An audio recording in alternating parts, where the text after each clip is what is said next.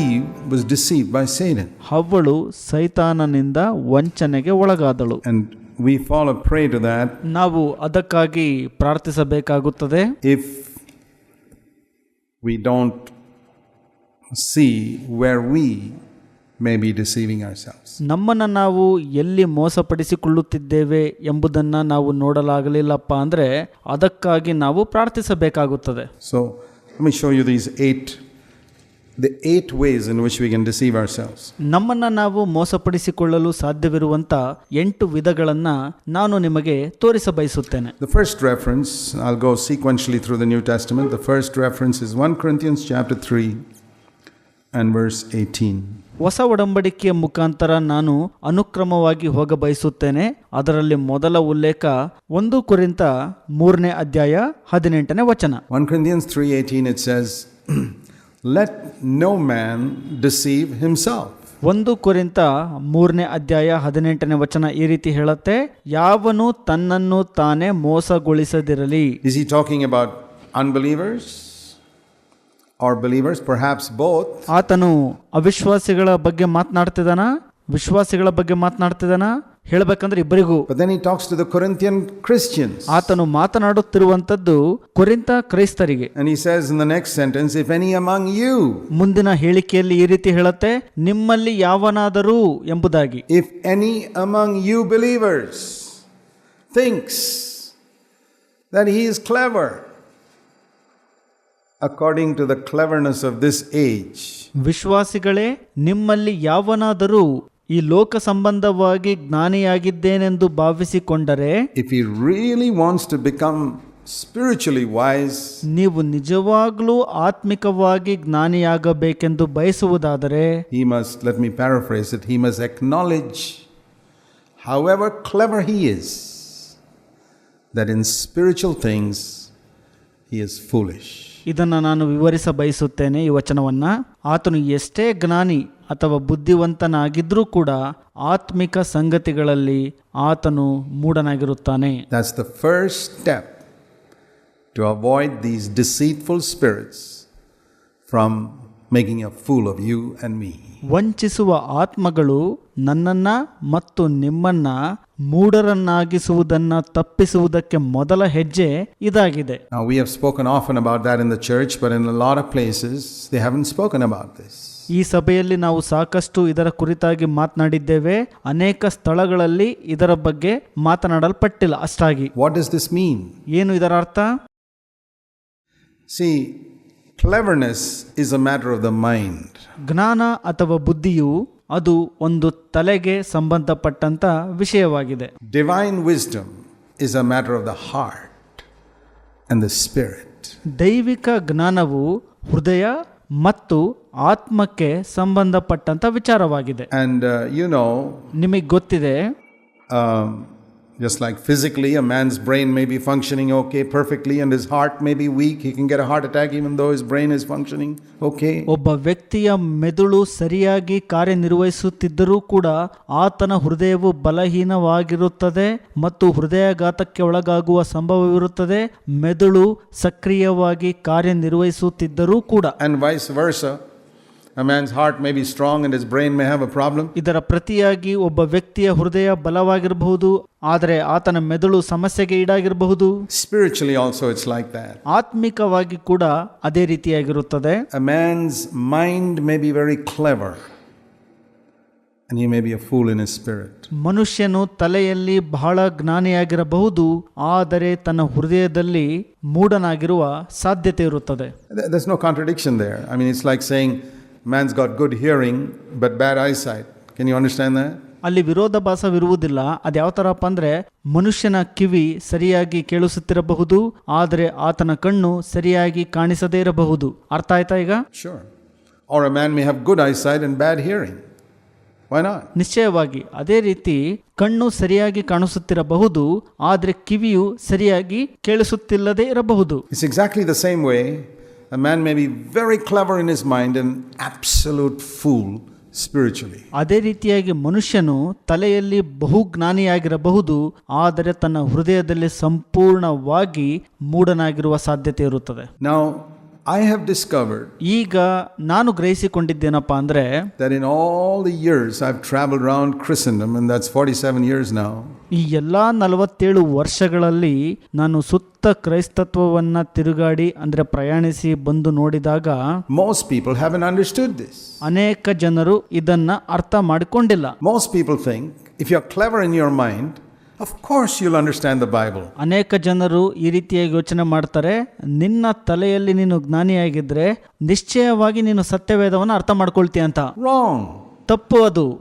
That's as foolish as saying if your eyesight is good, your hearing must be good. ಅದು ಯಾವ ತರ ಹೇಳ್ದಂಗಪ್ಪ ಅಂದ್ರೆ ನಿನ್ನ ಕಣ್ಣು ನೋಟ ಚೆನ್ನಾಗಿತ್ತು ಅಂದ್ರೆ ನಿನ್ನ ಕಿವಿಯು ಕೂಡ ಚೆನ್ನಾಗಿ ಕೇಳಿಸಿಕೊಳ್ಳುತ್ತದೆ ಎಂದು ಹೇಳೋ ಪ್ರಕಾರ. You got to be crazy to think like that. ಈ ರೀತಿಯಾಗಿ ನೀವು ಯೋಚಿಸುವಂಥದ್ದು ಮೂಢತನ ಎಂಬುದಾಗಿ ತೋರಿಸುತ್ತದೆ. But it's as stupid as that to say ಅದು ಇನ್ನು ಯಾವುದ್ರ ಪ್ರಕಾರ ಹೆಚ್ಚು ಮೂಢತನ ಅಂತ ಹೇಳುತ್ತೆ ಅಥವಾ ತೋರಿಸ್ಕೊಡತ್ತೆ ಅಂದ್ರೆ that if your mind is clever, you must be having divine wisdom when you come to the scriptures. No. ನಿನ್ನ ತಲೆಯು ಜ್ಞಾನದಿಂದ ತುಂಬಿತ್ತಪ್ಪ ಅಂದ್ರೆ ನೀವು ವಚನಕ್ಕೆ ಬರುವಾಗ ದೈವಿಕ ಜ್ಞಾನವನ್ನ ಹೊಂದಬಹುದು ಎಂದು ಹೇಳೋ ಪ್ರಕಾರ ಇಲ್ಲ, ಆ ರೀತಿ ಅಲ್ಲ ಅದು. Jesus said in Matthew 11:25, ಯೇಸು ಸ್ವಾಮಿ ಹೇಳಿದ್ದಾರೆ ಮತ್ತಾಯ 11:25ರಲ್ಲಿ, I thank you, Father, ನಾನು ನಿಮಗೆ ಕೃತಜ್ಞತೆ ಸಲ್ಲಿಸುತ್ತೇನೆ ತಂದೆಯೇ, that you have hidden all these things from the clever and the intelligent people in the world. ನೀನು ಈ ಸಂಗತಿಗಳನ್ನು ಲೋಕದ ಜ್ಞಾನಿಗಳಿಗೂ ಬುದ್ಧಿವಂತರಿಗೂ ಮರೆಮಾಡಿದ್ದಕ್ಕಾಗಿ ಎಂಬುದಾಗಿ, and reveal these truths to babes. ಇದನ್ನ ಶಿಶುಗಳಿಗೆ ಪ್ರಕಟ ಮಾಡಿರುವುದಕ್ಕಾಗಿ ನಿಮ್ಮನ್ನು ಕೊಂಡಾಡುತ್ತೇನೆ. See, the only thing that babes have, which clever people don't have, ಜ್ಞಾನಿಗಳು ಹೊಂದದೇ ಇರುವಂತದ್ದು ಮತ್ತು ಶಿಶುಗಳು ಹೊಂದಿಕೊಂಡಿರುವಂತದ್ದು ಏನಪ್ಪಾ ಅಂದ್ರೆ is a humble heart, a pure heart. ಅದು ದೀನ ಹೃದಯ ಮತ್ತು ಶುದ್ಧ ಹೃದಯ. A humble, pure heart is the essential requirement for knowing the truth about God. ನಮ್ಮ ದೇವರ ಕುರಿತಾಗಿ ಸತ್ಯವನ್ನು ತಿಳಿದುಕೊಳ್ಳಲು ದೀನ ಮತ್ತು ಶುದ್ಧ ಹೃದಯದ ಅಗತ್ಯತೆ ಇದೆ. Not cleverness. I'll tell you why. ಬುದ್ಧಿವಂತಿಕೆ ಅಥವಾ ಜ್ಞಾನ ಅಲ್ಲ. ನಾನು ನಿಮಗೆ ಹೇಳ್ತೀನಿ ಯಾಕೆ ಅಂತ. If cleverness, intelligence was necessary to understand the truth of God, ದೇವರ ಕುರಿತಾಗಿ ಸತ್ಯವನ್ನು ಅರ್ಥ ಮಾಡಿಕೊಳ್ಳಲು ಬುದ್ಧಿವಂತಿಕೆ ಮತ್ತು ಜ್ಞಾನದ ಅವಶ್ಯಕತೆ ನಿಜವಾಗಲೂ ಇದ್ದಿದ್ದೇ ಆದ್ರೆ, then we would have to say to God, ಆಗ ನಾವು ದೇವರಿಗೆ ಈ ರೀತಿ ಹೇಳಬಹುದಾಗಿತ್ತು, Lord, you're terribly partial. ಕರ್ತರೇ, ನೀವು ನಿಜವಾಗಲೂ ಭಯಾನಕವಾಗಿ ಪಕ್ಷಪಾತಿಯಾಗಿದ್ದೀರಿ. Because you made so many people intelligent in the world. ಯಾಕಂದ್ರೆ ಈ ಲೋಕದಲ್ಲಿ ನೀವು ಅನೇಕ ಜನರನ್ನ ಬುದ್ಧಿವಂತರನ್ನಾಗಿ ಮಾಡಿ ಇಟ್ಟಿದ್ದೀರಿ, And ಮತ್ತು others who are not so intelligent just don't have a chance. ಬೇರೆಯವರು ಅಂದ್ರೆ ಇತರರು ಅಷ್ಟು ಬುದ್ಧಿವಂತರಾಗಿಲ್ಲ, ಅವರಿಗೆ ಅವಕಾಶನೇ ಇಲ್ಲ ಅಲ್ಲಿ. But it's not true. ಆದ್ರೆ ಇದು ಸತ್ಯ ಅಲ್ಲ. See, intelligence is something God has distributed in a different way, just like income. ಬುದ್ಧಿವಂತಿಕೆಯನ್ನ ದೇವರು ಒದಗಿಸಿಕೊಟ್ಟಿರುವಂತದ್ದು ಯಾವ ರೀತಿಯಪ್ಪ ಅಂದ್ರೆ ಅದು ಒಂದು ಆದಾಯದ ರೀತಿಯಲ್ಲಿ. You know that all the people in the world don't get the same income. ನಿಮಗೆ ಗೊತ್ತಾ ಲೋಕದಲ್ಲಿರುವಂತ ಎಲ್ಲಾ ಜನರು ಒಂದೇ ಆದಾಯವನ್ನು ಪಡೆದುಕೊಳ್ಳಲ್ಲ ಅಂತ. All the people in the world are not equally wealthy. ಎಲ್ಲಾ ಜನರು ಸಮನಾದಂತ ಶ್ರೀಮಂತರಾಗಿರುವುದಿಲ್ಲ ಅಂತ ಗೊತ್ತಾ. All the people in the world are not got the same height or the same weight. ಎಲ್ಲಾ ಲೋಕದ ಜನರು ಒಂದೇ ಸಮನಾಗಿ ಎತ್ತರವನ್ನ ಮತ್ತು ತೂಕವನ್ನ ಹೊಂದಿಲ್ಲ, Or the same color or the same intelligence. ಒಂದೇ ಬಣ್ಣವನ್ನ ಹೊಂದಿಲ್ಲ, ಅದೇ ರೀತಿ ಒಂದೇ ಬುದ್ಧಿವಂತಿಕೆಯನ್ನ ಜ್ಞಾನವನ್ನ ಹೊಂದಿಲ್ಲ. It's all different. ಇದೆಲ್ಲ ವ್ಯತ್ಯಾಸದಿಂದ ಕೂಡಿದೆ. And these things make no difference. ಈ ಸಂಗತಿಗಳು ಅಷ್ಟು ವ್ಯತ್ಯಾಸ ತರೋದಿಲ್ಲ. Your height or your weight doesn't make a difference to spirituality. ಆತ್ಮಿಕತೆಗೆ ನಿಮ್ಮ ಎತ್ತರ, ನಿಮ್ಮ ತೂಕ ಯಾವುದೇ ವ್ಯತ್ಯಾಸ ತರೋದಿಲ್ಲ. Your wealth or lack of it doesn't make any difference to spirituality. ನಿಮ್ಮ ಶ್ರೀಮಂತಿಕೆ ಅಥವಾ ಅದರ ಕೊರತೆ ಯಾವುದು ಕೂಡ ನಿಮ್ಮ ಆತ್ಮಿಕತೆಗೆ ವ್ಯತ್ಯಾಸ ತರೋದಿಲ್ಲ. And your intelligence or lack of it does not make a difference to spirituality, but some people think it does.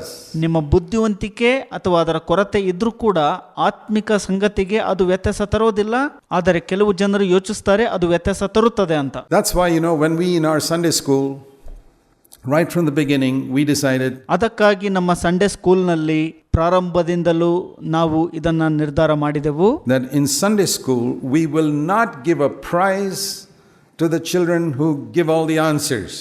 Sunday ಸ್ಕೂಲ್ನಲ್ಲಿ ನಾವು ಬಹುಮಾನವನ್ನ ಎಲ್ಲಾ ಉತ್ತರವನ್ನ ನೀಡಿದಂತ ವಿದ್ಯಾರ್ಥಿಗೆ ಕೊಡುವುದಿಲ್ಲ ಎಂಬುದಾಗಿ. Who can give all the answers?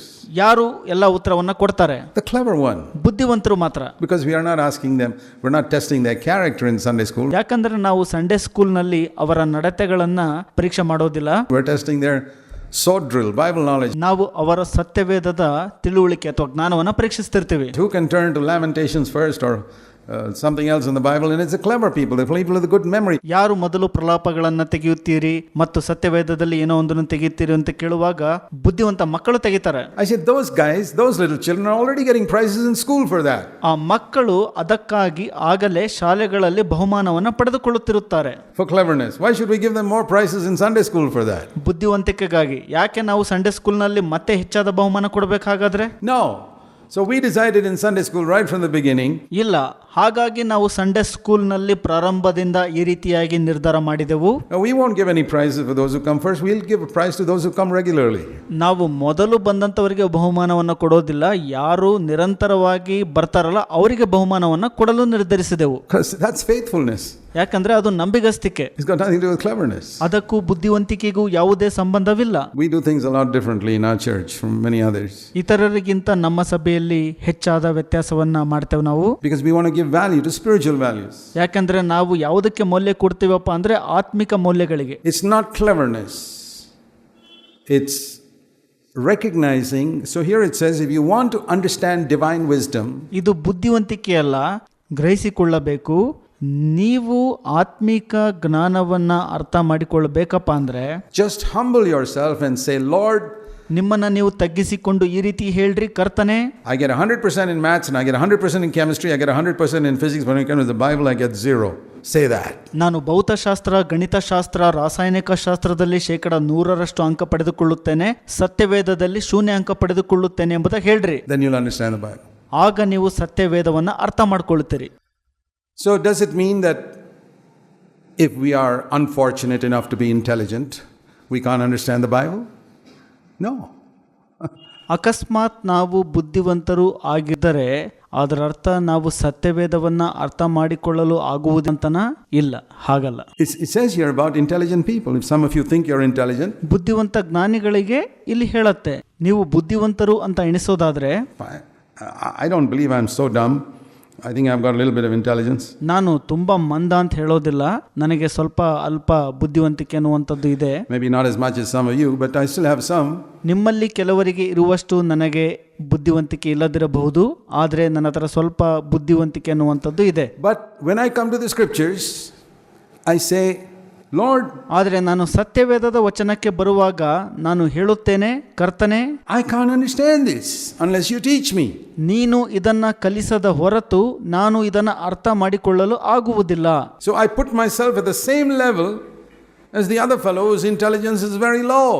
ಯಾವ ವ್ಯಕ್ತಿಯ ಬುದ್ಧಿವಂತಿಕೆ ತುಂಬಾ ಕಡಿಮೆ ಇರುತ್ತದಲ್ಲ, ಅದೇ ಮಟ್ಟದಲ್ಲಿ ನನ್ನನ್ನು ನಾನು ಇರಿಸಿಕೊಂಡಿದ್ದೇನೆ. Exactly at the same level. ಅದೇ ಮಟ್ಟದಲ್ಲಿ. I may be able to beat him in maths and English, but I can't beat him in the scriptures. I'm at the same level as him.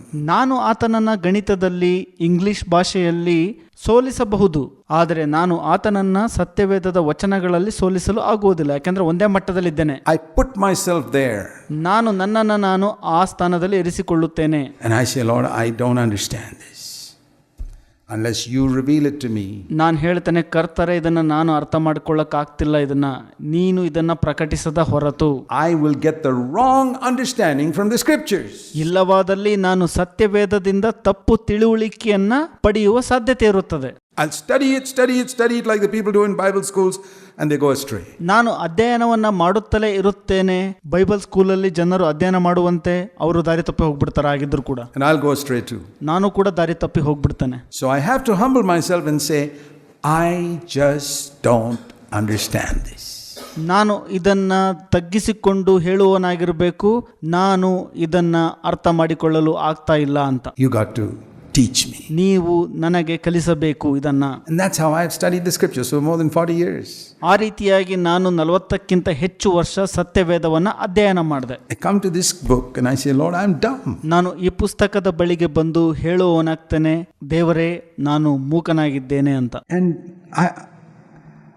if I try to use my mind, and think I can understand it, I'll be wrong. ನಾನು ನನ್ನ ತಲೆಯನ್ನು ಉಪಯೋಗಿಸುವುದಾದಲ್ಲಿ ಅಥವಾ ಮತ್ತು ನಾನು ಅರ್ಥ ಮಾಡಿಕೊಳ್ಳಬಲ್ಲೆ ಎಂದು ನೆನೆಸುವುದಾದಲ್ಲಿ ನಾನು ತಪ್ಪಾಗುವ ಸಾಧ್ಯತೆ ಇರುತ್ತದೆ. So like it says here, I make myself a fool when it comes to this book. ಇಲ್ಲಿ ಹೇಳೋ ಪ್ರಕಾರ ಈ ಒಂದು ಪುಸ್ತಕದ ಬಳಿಗೆ ಬಂದಾಗ ನನ್ನನ್ನು ನಾನು ಮೂಢನಾಗಿಸಿಕೊಳ್ಳಬೇಕು. Because it's true. I am foolish concerning spiritual things. ಯಾಕೆಂದರೆ ಇದು ಸತ್ಯವಾಗಿದೆ. ಆತ್ಮಿಕ ವಿಚಾರಗಳಿಗೆ ಸಂಬಂಧಿಸಿದಂತೆ ನಾನು ಮೂಢನಾಗಿದ್ದೇನೆ. Then it says, ನಂತರ ಇಲ್ಲಿ ಹೇಳುತ್ತೆ, wonderful promise, I can become wise. ಅದ್ಭುತವಾದಂಥ ವಾಗ್ದಾನ, ಆಗ ನಾನು ಜ್ಞಾನಿಯಾಗಬಲ್ಲೆನು. I can become wise, and I want to say to all of you young people, ಆಗ ನಾನು ಜ್ಞಾನಿಯಾಗಬಲ್ಲೆನು. ನಾನು ಎಲ್ಲ ಯೌವನಸ್ಥರಿಗೆ ಇಲ್ಲಿ ಹೇಳಕ್ಕೆ ಇಷ್ಟಪಡ್ತೇನೆ, you need wisdom. ನಿಮಗೆ ಜ್ಞಾನದ ಅವಶ್ಯಕತೆ ಇದೆ. And you can only get it from God's book, the Bible. ನೀವು ಈ ಜ್ಞಾನವನ್ನ ದೇವರ ಪುಸ್ತಕದಿಂದ ಮಾತ್ರ ಪಡೆದುಕೊಳ್ಳಲು ಸಾಧ್ಯ. And you can get it only if you come to this book with the humility that acknowledges that all your earthly cleverness is of no use when it comes to understanding God's word. ನೀವು ಇದನ್ನು ಪಡೆದುಕೊಳ್ಳುವುದು ಯಾವಾಗಪ್ಪ ಅಂದರೆ, ನೀವು ಈ ಪುಸ್ತಕದ ಬಳಿ ದೀನತೆಯಿಂದ ಬಂದು ಈ ರೀತಿ ಅರಿಕೆ ಮಾಡುವಾಗ, ದೇವರ ವಾಕ್ಯವನ್ನು ಅರ್ಥ ಮಾಡಿಕೊಳ್ಳುವ ವಿಚಾರಕ್ಕೆ ಬಂದರೆ ಎಲ್ಲ ಭೂಲೋಕದ ಬುದ್ಧಿವಂತಿಕೆಯು ಪ್ರಯೋಜನಕ್ಕೆ ಬರುವುದಿಲ್ಲ ಎಂಬುದಾಗಿ. And we've seen that also in our own churches. ನಮ್ಮ ಸಭೆಗಳಲ್ಲಿ ಕೂಡ ನಾವಿದನ್ನು ನೋಡಿದ್ದೇವೆ. Some people who can't speak English and who have studied very little in the villages. ಕೆಲವು ಜನರು ಅಷ್ಟು ವಿದ್ಯಾಭ್ಯಾಸ ಮಾಡಿರೋದಿಲ್ಲ, ಇಂಗ್ಲಿಷ್ ಭಾಷೆ ಮಾತನಾಡಲು ಬರ್ತಿರೋದಿಲ್ಲ, ಹಳ್ಳಿಗಳಲ್ಲಿ ವಾಸ ಮಾಡ್ತಿರ್ತಾರೆ. What a revelation they have on scripture sometimes, more than a lot of PhDs. ಅನೇಕ ಜನರು PhD ಪಡೆದುಕೊಂಡಿರುವುದಕ್ಕಿಂತ ಹೆಚ್ಚಾಗಿ ದೇವರ ವಾಕ್ಯದ ಮೇಲೆ ಎಂತಹ ಅದ್ಭುತವಾದ ಪ್ರಕಟಣೆಯನ್ನು ಹೊಂದಿಕೊಂಡಿರ್ತಾರೆ ಇವರುಗಳು. So we've seen the reality of it. ನಾವು ಇದರ ವಾಸ್ತವವನ್ನು ನೋಡಿದ್ದೇವೆ. So that's number one. ಅದು ಮೊದಲ ಸಂಗತಿ. Humility to acknowledge that when it comes to God's book, my intelligence is not much use. ದೇವರ ವಾಕ್ಯವನ್ನು ಅರ್ಥ ಮಾಡಿಕೊಳ್ಳುವ ವಿಚಾರಕ್ಕೆ ಬಂದಾಗ ನನ್ನ ಬುದ್ಧಿವಂತಿಕೆಯು ಪ್ರಯೋಜನಕ್ಕೆ ಬರುವುದಿಲ್ಲ ಎಂದು ದೀನತೆಯಿಂದ ಅರಿಕೆ ಮಾಡುವುದಾಗಿದೆ ಮೊದಲು. Then I will protect myself from self deception. ನಂತರ ನನ್ನನ್ನು ನಾನು ಸ್ವವಂಚನೆಗೆ ಒಳಗಾಗುವುದರಿಂದ ಸಂರಕ್ಷಿಸಿಕೊಳ್ಳಬಹುದಾಗಿದೆ.